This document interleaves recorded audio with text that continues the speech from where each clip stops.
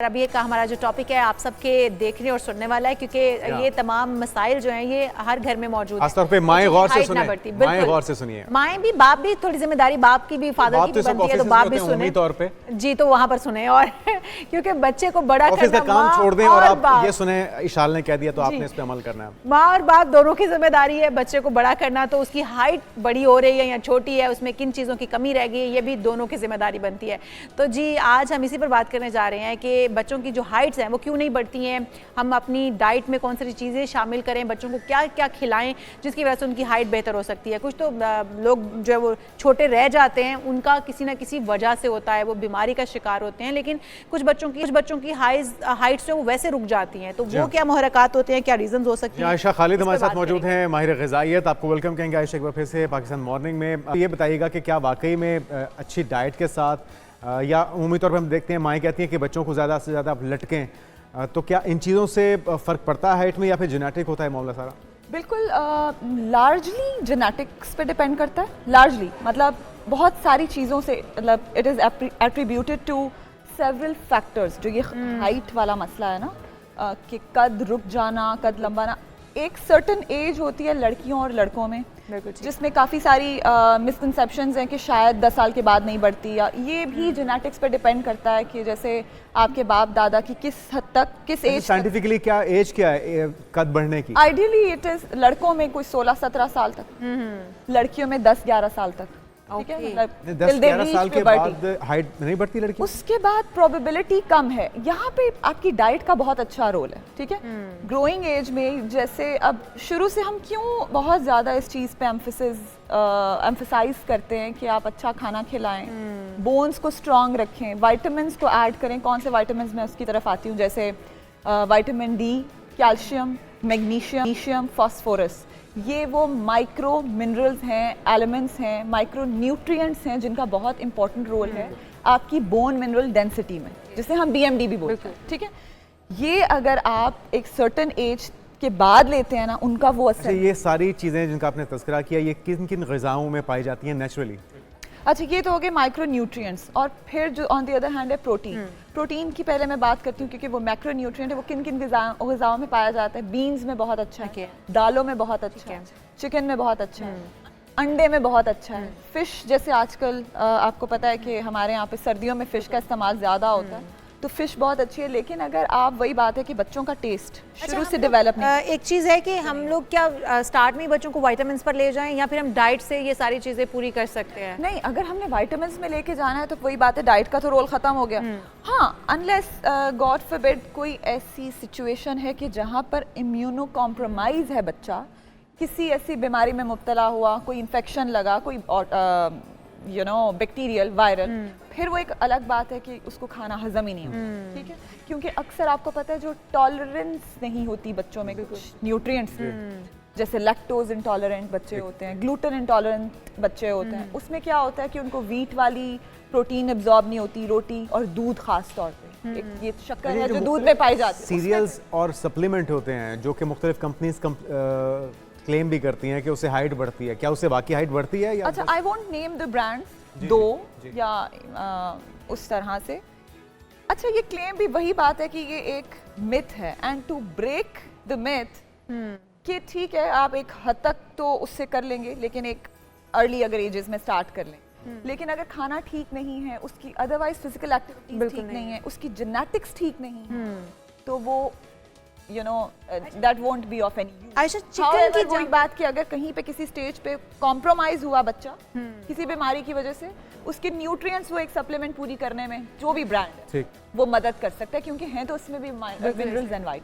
Ayesha, sometime बच्चा बीमार हो जाता है, बहुत ज़्यादा वो बीमार रहता है और बार बार मेडिकेशन पे जाता है, तो उसकी हाइट रुक जाती है, उस तरह से ग्रोथ नहीं हो पाती है। जाहिर है वो उसके ऊपर डाइट जो है वो जिस तरह से, बिल्कुल वो उस तरह से असरअंदाज नहीं हो पाती है। उस बच्चे की मेडिकेशन लेने की वजह से, बार बार बीमार रहने की वजह से, उसके ऊपर सप्लीमेंट्स या जिस तरह से ये मेडिसिन हैं कि हाइट बढ़ा सकती हैं, वो असरअंदाज हो पाएंगी क्योंकि वो जेनेटिकली उसके पेरेंट्स और ग्रैंड पेरेंट्स दोनों टॉल हाइटेड हों, बच्चे में वो आप देख रहे हो। अक्सर ये ट्रेंड भी देखा होगा आपने कि क्या होता है कि माँ और बाप दोनों टॉल हैं।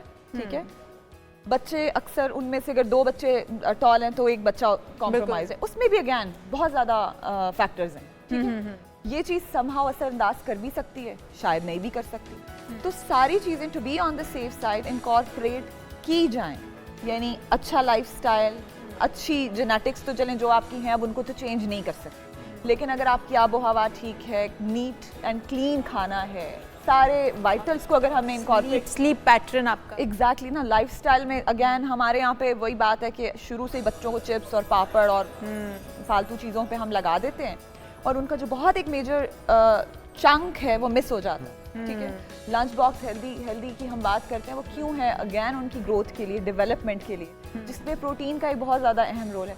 अब देखें कितने बच्चे ऐसे जो गोश्त नहीं खाते, फॉर एग्जाम्पल वेजिटेरियन है, ठीक है, या जो पेरेंट्स वेजिटेरियन है, इसका क्योंकि मेरे क्लाइंट्स अक्सर जो क्लिनिक पे आते हैं 2-3% ऐसे लोग हैं जो पेरेंट्स गोश्त नहीं खाते बिकॉज दे आर वेजिटेरियन। अब देखिए कितना मेजर हिस्सा B12 का गया, क्योंकि B12 मिलता ही गोश्त से, प्रोटीन का गया। अब वो ज़्यादा फैक्टर्स ऑफ कोर्स बहुत ज़्यादा उस पर डिपेंड कर रहे हैं ना।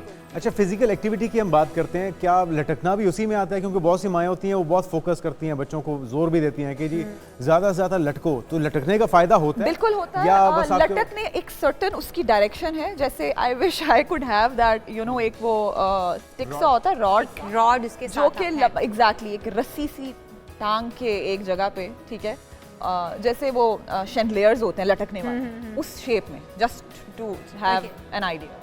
अच्छा, डायरेक्ट आप आर्म्स के साथ अपने आप को वो नहीं कर सकते हैं, इसमें अगेन अंडर सम सुपरविजन, ऐसे नहीं बच्चे को आप छोड़ दें। उसमें आप मेरे पास काफ़ी ऐसी एग्जांपल्स हैं जिनको मैंने ये रेकमेंड कभी किया, जो एक दो और एक्सरसाइजेस के साथ। उसमें क्या हुआ कि उनकी फिजिकल एक्टिविटी, क्योंकि देखें ना, आपका मसल बढ़ता है, ठीक है, आपकी बोन मिनरल डेंसिटी के ऊपर ये चीज़ अफेक्ट करती है, तो डेफिनेटली आपके जो जोड़ हैं, जॉइंट्स हैं, वो खुलते हैं, हड्डियाँ खुलती हैं, उनको स्पेस मिलती है। तो एक्सरसाइज बिल्कुल एक इसका पोर्शन है, काफ़ी हद तक this is also of N importance. ठीक है, अच्छा, और लटकना भी इस तरीके से कि आपने सिर्फ लटक नहीं जाना, उसमें पुशअप्स जैसे हम करते हैं, लटक के थोड़ा सा ऊंचा होने की कोशिश करनी है।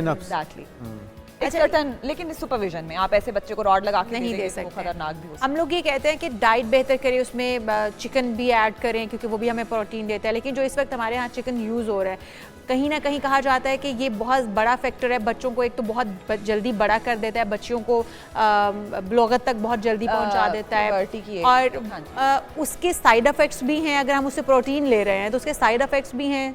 अच्छा, आपके लिए ना it would be a surprise to you कि ऐसी कोई बात नहीं है। ये मिथ है, ये बिल्कुल एक मिथ है, जिसमें मैंने कभी भी टू बी ऑनेस्ट कोई ऐसा आर्टिकल नहीं पढ़ा, कोई रिसर्च नहीं पढ़ी जहाँ पर इसका कोई अमल दखल हो, या इवन वो जो देसी और विलायती मुर्गियाँ और अंडे का भी कोई अमल दखल हो। हाउएवर, उसको तो चले, एक चीज़ अलग है, जो अर्ली प्यूबर्टी की बात है ना, ये भी टोटली आपकी जीन्स पे डिपेंड करता है, और इससे जो हाइट को मंसूब किया जाता है, ये भी एक गलत चीज़ है कि आप बच्ची बालग हो गया उसके बाद हाइट नहीं बढ़ेगी, रुक जाएगी। हाँ, ये भी एक गलत चीज़ है, बिकॉज आई हैव सीन जो 10-10 साल 9-9 साल की, अब अरब ममालिक में आप देख लें, वो दे आर वेरी टॉल लड़कियां, लड़के, और उनकी प्यूबर्टी रिलेटिवली वो जल्दी उसको पहुंचते हैं। इसमें डाइट का समहाउ बिल्कुल रोल है, जो अर्ली प्यूबर्टी का समवट, जिसमें वो कहते, आपने सुना होगा कि गर्म चीज़ें खाने से और वो यू नो, लेकिन उसका अमल दखल सिर्फ इस तरीके से नहीं है कि प्यूबर्टी तक।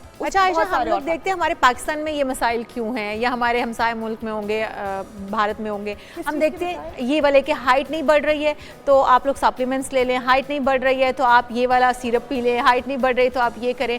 दीगर ममालिक में हम देखते हैं वहाँ पर भी इस तरह के इश्यूज होने चाहिए, वहाँ पर ऐसे मसाइल नहीं है, गोरों को नहीं है, शायद अरब कंट्रीज़ के लोगों को नहीं है, या फिर हम लोग यहाँ पे मेन साइकी के साथ खेलते हैं, हम लोगों के लोग हाइट्स को लेके बड़े कॉन्शियस हैं, लोग कलर को लेके बड़े कॉन्शियस हैं। एक अच्छा और आसान जवाब है disinformation and misinformation, and then we people, even educated लोग भी, you know, education is not just that having a degree और समथिंग। एजुकेशन वो है जिससे आप अहल है कि कोई चीज़ आपके सामने आई और आप कितनी आपके अंदर सलाहियत है कि आप उस चीज़ को एक दफ़ा पढ़ के अपनी तस्दीक करें ना। देखिए, अकल माल करनी चाहिए, जहाँ पर आपको लगता है कि कुछ एम्बिगुइटी है, कुछ है, यहाँ पे कम्प्लीटली ये डिसइंफॉर्मेशन, और फिर कोई भी जाकर कुछ भी बोल देता है।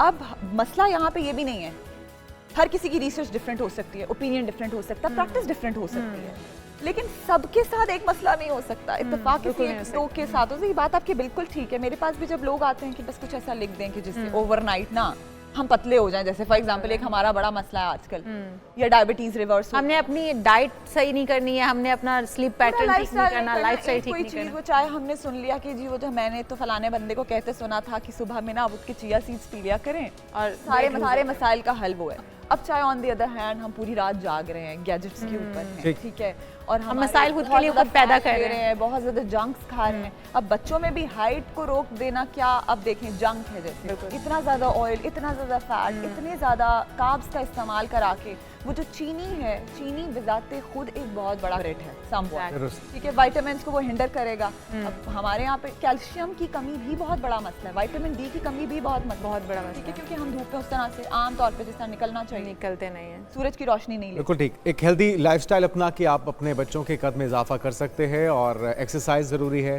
अपने इम्यून सिस्टम को मजबूत कीजिए। बच्चों के इम्यून सिस्टम के लिए जो भी आप कर सकते हैं बैलेंस डाइट के जरिए वो मुमकिन हो सकता है। आयशा खालिद हमारे साथ मौजूद हैं, आपका बहुत शुक्रिया।